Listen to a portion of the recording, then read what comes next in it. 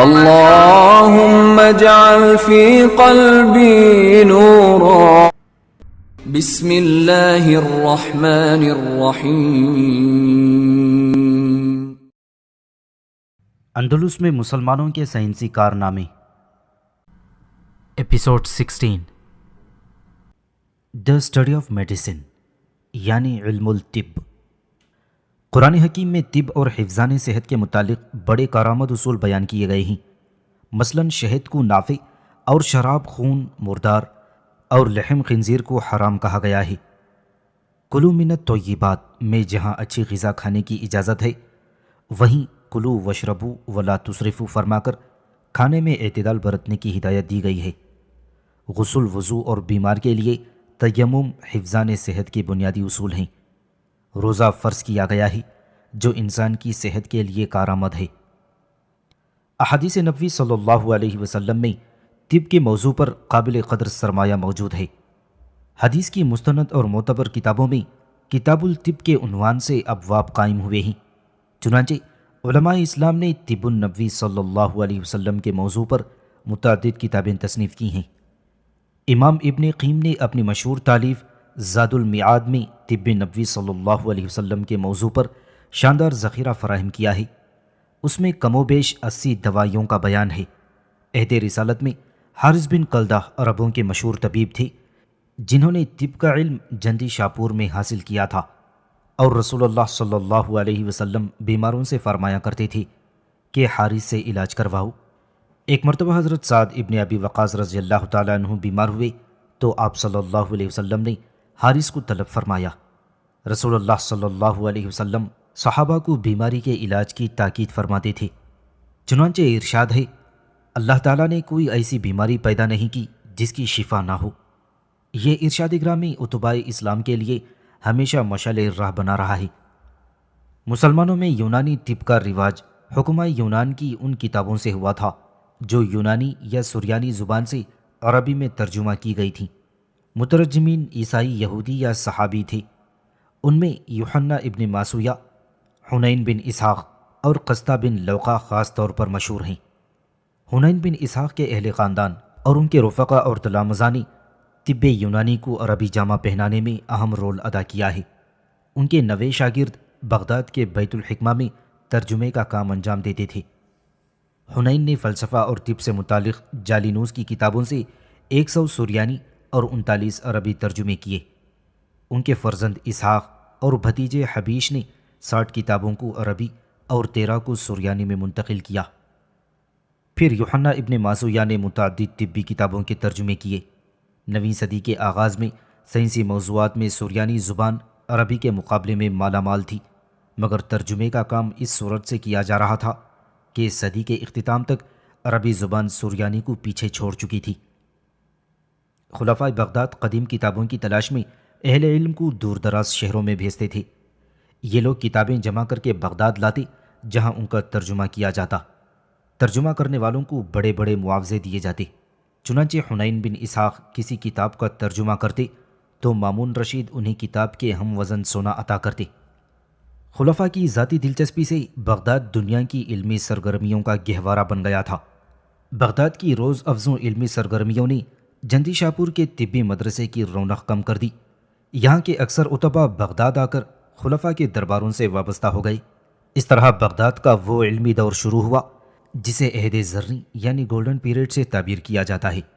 عہد زریں کے آغاز 900 عیسوی تک طب پر عیسائیوں اور صابیوں کا غلبہ تھا. مطب کرنے والے اتباء اور مترجمین عیسائی یا صابی ہوتے تھے. لوگوں نے مشہور کر رکھا تھا کہ مسلمان اچھا طبیب نہیں ہو سکتا. ایک عرب طبیب اسد بن جانی کے بارے میں جاحظ بصری نے کتاب البقلا میں لکھا ہے کہ ماہر ہونے کے باوجود لوگ ان سے علاج نہیں کرواتے تھے.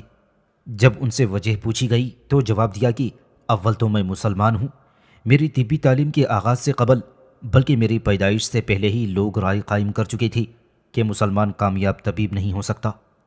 دوم، میرا نام اسد ہے، ہونا چاہیے تھا صلیبیہ، مرائل، یوحنا یا بیرہ یعنی سریانی یا عبرانی نام.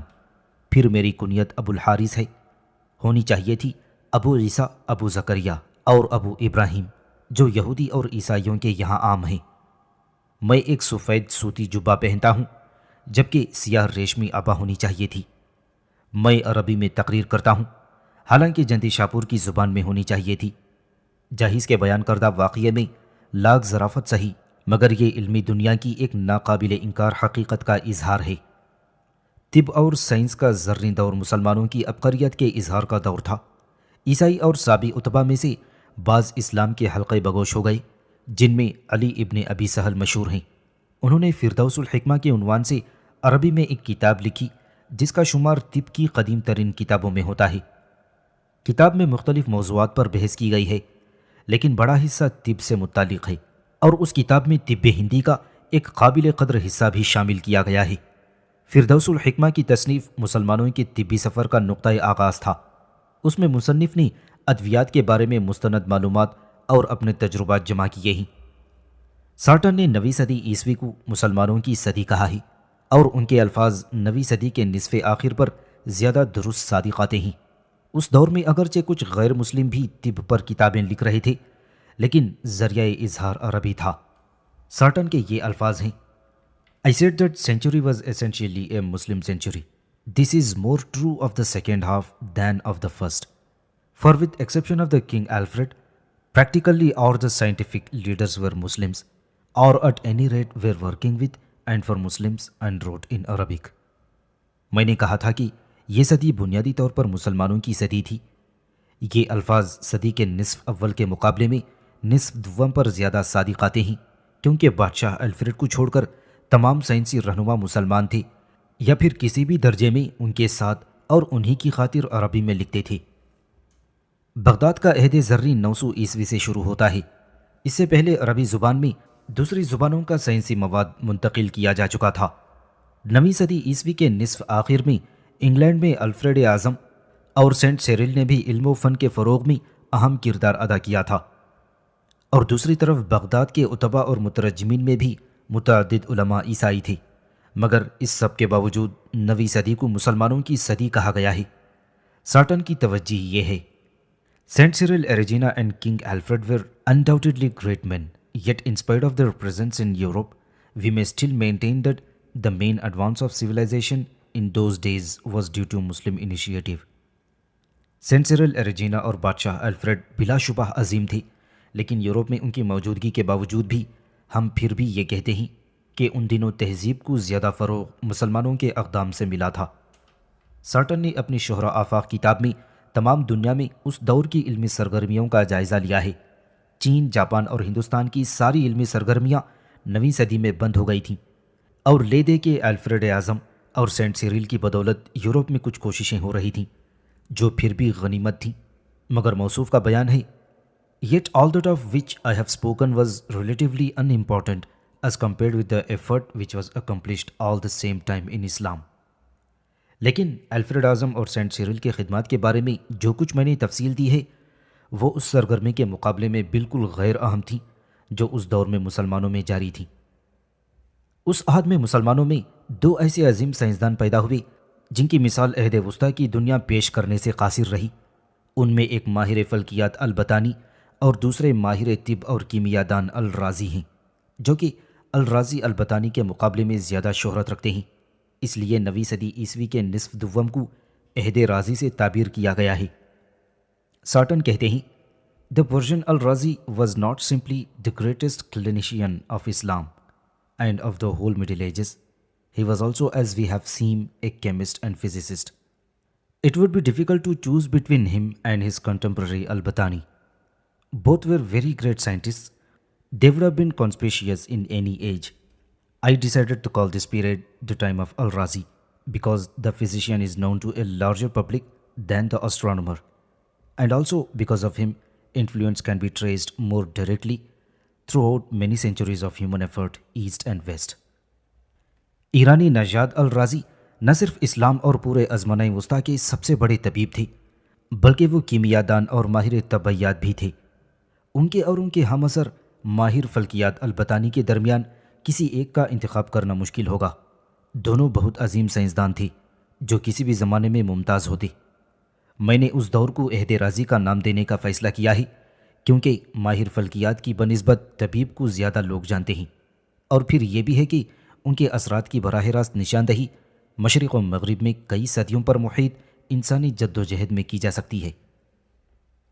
بغداد میں سائنس کی زرعی دور کا آغاز ایک ہمہ جہت انقلاب تھا۔ سائنس اور طب عیسائیوں نیز صابیوں کے قبضے سے نکل کر مسلمانوں کے ہاتھوں میں آ گئی تھیں۔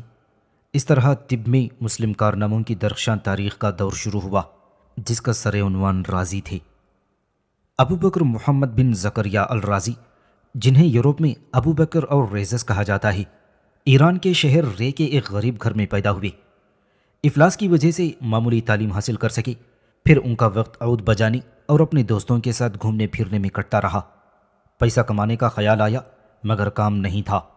سونا بنانے کے چکر میں علم کیمیا کی طرف توجہ دی اور گھر میں بھٹی بنا کر تجربات شروع کر دیے، جس سے ان کی آنکھیں خراب ہو گئیں۔ ایک طبیب سے رجوع کیا، اس نے سونے کی 500 اشرفیاں معاوضے میں طلب کیں۔ رازی نے کہیں سے رقم کا بندوبست کیا اور آنکھوں کا علاج کروایا۔ صحت یابی کے بعد طبیب نے کہا کہ تم خواہ سونا بنانے کے چکر میں پڑ کر اپنی آنکھیں خراب کر بیٹھے۔ اصل اکسیر تو انسان کا ہنر ہے۔ مجھے دیکھو، 500 اشرفیاں آپ سے کمائیں اور آپ بھی ٹھیک ہو گئے۔ ڈاکٹر کی یہ بات رازی کے دل میں اتر گئی، چنانچہ انہوں نے طب کا علم حاصل کرنے کی ٹھان لی۔ 48 سال کی عمر میں بیوی بچوں کو چھوڑ کر بغداد کی راہ لی اور وہاں جا کر طب کی تعلیم حاصل کرنے میں لگ گئے۔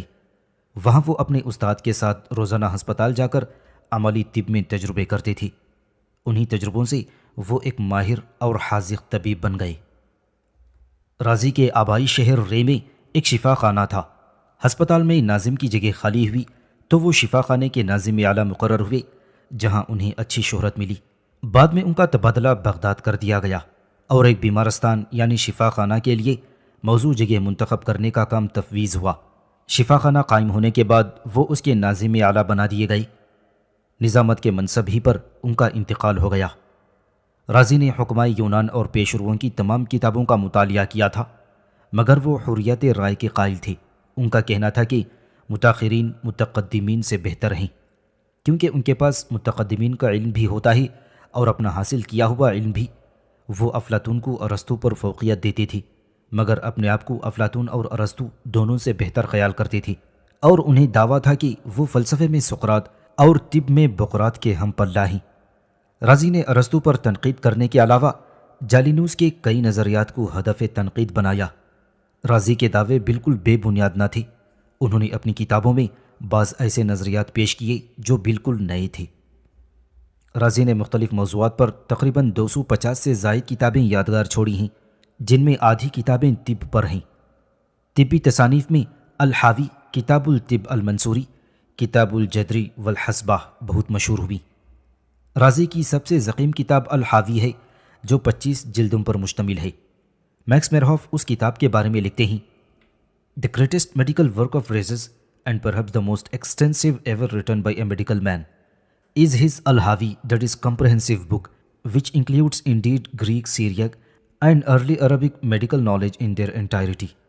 Throughout his life, Rhazes must have collected extracts from all the books on medicine which he had read, together with his own experiences. These he combined in his last years into the enormous manual. رازی کی عظیم ترین تصنیف اور شاید تاریخ میں ایک طبیب کی لکھی ہوئی سب سے بڑی کتاب ان کی الحاوی کتاب ہے، جو تمام یونانی، شامی اور ابتدائی عربی طبی علوم پر مشتمل ہے۔ رازی نے زندگی بھر ان کتابوں سے اقتباسات لیے ہوں گے جو انہوں نے پڑھی تھیں، اور تمام تجربات اس میں شامل کر کے آخری برسوں میں یہ ضخیم کتاب تیار کی ہوگی۔ ایک قول میں کہا گیا ہے کہ طب مردہ تھی، جالینوس نے اسے زندہ کر دیا۔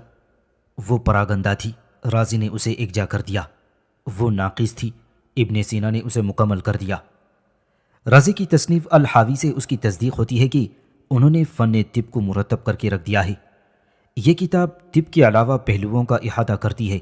اس کا لاطینی ترجمہ صدیوں تک یورپ میں داخل نصاب رہا، اور لاطینی ترجمہ چارلس اول اینجو کے عہد میں ایک یہودی عالم فرج بن سالم، جسے یورپ میں فیراگوٹ کہتے ہیں، انہوں نے کیا تھا۔ ترجمے کا کام 1289 عیسوی میں مکمل ہوا، اور لاطینی میں الحاوی کا نام لائبر کانٹیننٹس رکھا گیا تھا۔